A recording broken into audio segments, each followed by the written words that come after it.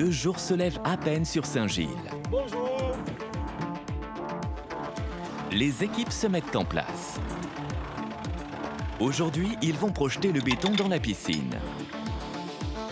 Mais avant toute chose, il faut préparer tout le matériel avec soin et minutie. Arnaud relie les tuyaux à la machine à projeter.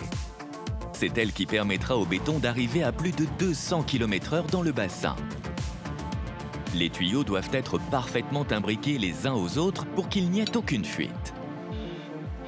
La première toupie arrive sur place. Le camion va déverser le béton dans la machine qui servira à projeter. Toutes les équipes sont fin prêtes. Chacun est à son poste. La projection va pouvoir commencer. Le béton jaillit à plus de 200 km/h. Il faut donc être deux pour tenir le tuyau, car la force de propulsion est impressionnante.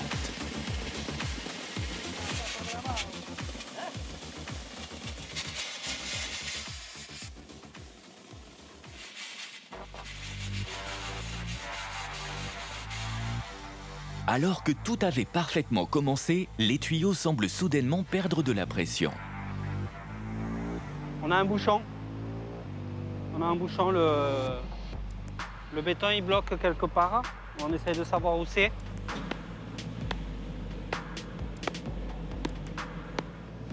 Je continue à avancer là, excuse-moi Arnaud. Pour savoir à quel endroit est positionné le bouchon, en fait on marche sur les tuyaux. Là tu vois il est beaucoup plus dur là. Là, le tuyau est censé être relativement souple et aux endroits où il est dur, c'est qu'il y a du béton et qu'il ne veut pas avancer. Une fois le bouchon identifié, il va falloir l'enlever rapidement avant que le reste du béton ne durcisse dans les tuyaux et que tout casse. C'est à coups de massue que les équipes brisent ce roc qui a stoppé la projection. Arnaud remet la machine en route pour vérifier que plus rien n'obstrue les tuyaux. Après recherche, on a trouvé un gros caillou qui s'était logé. Ça peut arriver parce que les engins toupie font beaucoup de tournées de différents types de béton avec des granulométries différentes. Il peut y avoir un résidu, même si on demande un soin particulier pour notre béton à nous, qui demande une granulométrie très fine. Une fois le problème réglé et les tuyaux rebranchés, les équipes peuvent poursuivre. Pendant plus de 7 heures, les équipes vont projeter et lisser 30 mètres cubes de béton, 72 tonnes en tout. Le béton sèche très rapidement. Il faut enchaîner sans s'arrêter une seule minute.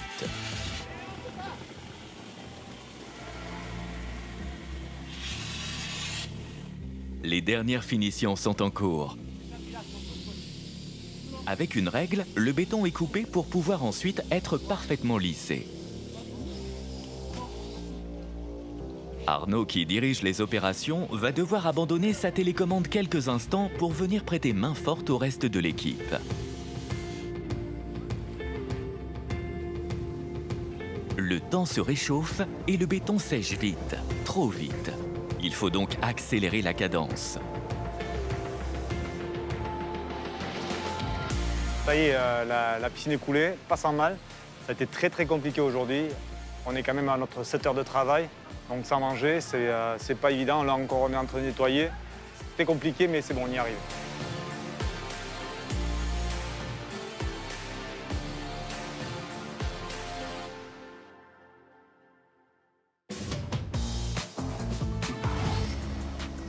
Il aura fallu attendre 2 semaines avant que le béton ne sèche. Et aujourd'hui, Georges retourne à Saint-Gilles pour poser les margelles qui vont entourer la piscine, élément esthétique essentiel.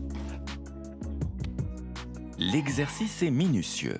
Pour que les dalles soient parfaitement alignées, il faut démarrer par les 2 bords extérieurs et finir par tailler de manière équilatérale celle du milieu. Une fois positionnées, les margelles sont scellées avec du ciment et alignées grâce à un niveau pour obtenir un parallélisme parfait.